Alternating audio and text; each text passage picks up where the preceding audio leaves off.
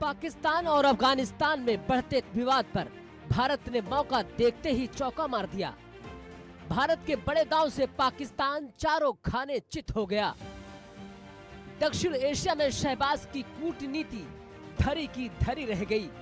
चीन हक्का बक्का दिख रहा है। इस्लामाबाद से लेकर बीजिंग तक हलचल बढ़ गई है। यूनुस सरकार बेहाल नजर आ रही है क्योंकि भारत ने दुबई में अफगानिस्तान के विदेश मंत्री के साथ अहम बैठक की, जिसके बाद पाकिस्तान बदहवास नजर आ रहा है। पाकिस्तान चीन बांग्लादेश की बौखलाहट की वजह ये तस्वीरें हैं, जिसमें भारत के विदेश सचिव विक्रम मिस्री और अफगानिस्तान के विदेश मंत्री मौलवी आमिर खान दिखाई दे रहे हैं।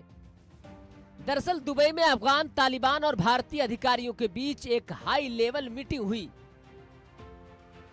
इस बैठक का एजेंडा मानवीय और डेवलपमेंट सहायता, business, trade, sport, cultural relation, regional security पर फोकस था। इस मीटिंग में ईरान के चाबहार बंदरगाह समेत अलग अलग इलाकों में दोनों देशों के बीच द्विपक्षीय व्यापार को बढ़ावा देने के मुद्दे पर भी चर्चा हुई। बैठक के बाद अफगानिस्तान के कार्यवाहक विदेश मंत्री मौलवी आमिर खान मुत्तकी ने कहा कि भारत विरोधी एक्टिविटी हमारी जमीन पर नहीं होगी।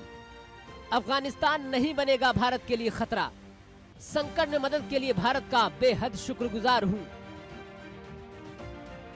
दरअसल 2021 में अफगानिस्तान में तालिबान के कब्जे के बाद भारत के रिश्तों में खटास आ गई थी। भारत और तालिबान में जमी बर्फ अब धीरे धीरे पिघलने लगी है। भारत अपने दशकों पुराने दोस्त अफगानिस्तान में विकास को नए सिरे से फिर से रफ्तार देने पर जोर दे रहा है। दरअसल जिस तालिबान को पाकिस्तान बड़ी हसरतों से पाल रहा था, उसी ने आज पाकिस्तान का जीना मुहाल कर रखा है। आपको बता दें कि भारत ने अब तक तालिबान सरकार को आधिकारिक रूप से मान्यता तो नहीं दी है।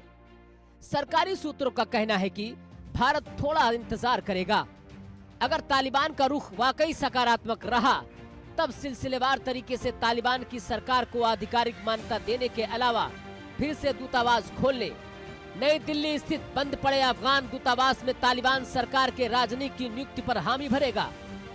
भारत तालिबान से भले ही 3 साल के बाद बातचीत कर रहा हो, लेकिन मानवीय मदद करता रहा है।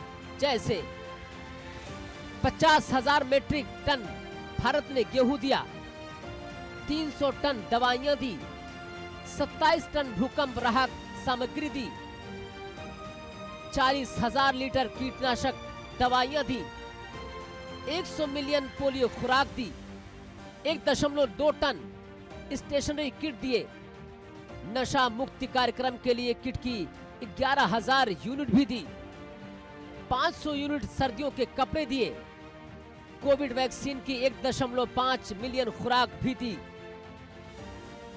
अगस्त 2021 में जब तालिबान अफगानिस्तान की सत्ता पर काबिज हुआ था, तब पाकिस्तान ने जश्न मनाया था, लेकिन तब से अब तक काबुल नदी में बहुत पानी बह चुका है। स्थितियां पूरी तरह बदल चुकी है। पाकिस्तान ने सोचा था कि तालिबान का इस्तेमाल वो अपनी कठपुतली के तौर पर कर सकेगा, लेकिन ऐसा नहीं हुआ। दोनों देशों के बीच इस समय तनाव चरम पर है। हाल ही में पाकिस्तान ने अफगानिस्तान में एयर स्ट्राइक किया था और तालिबान का दावा है कि इसमें बच्चे, महिलाओं समेत कम से कम 52 नागरिक मारे गए हैं। अफगानिस्तान की सत्ता पर काबिज तालिबान सरकार को भले ही भारत सरकार ने मान्यता ना दी हो, लेकिन दोनों देश द्विपक्षीय संबंधों को आगे बढ़ाने के लिए उत्सुक नजर आ रहे हैं, जिससे पाकिस्तान अब बौखलाया हुआ नजर आ रहा है।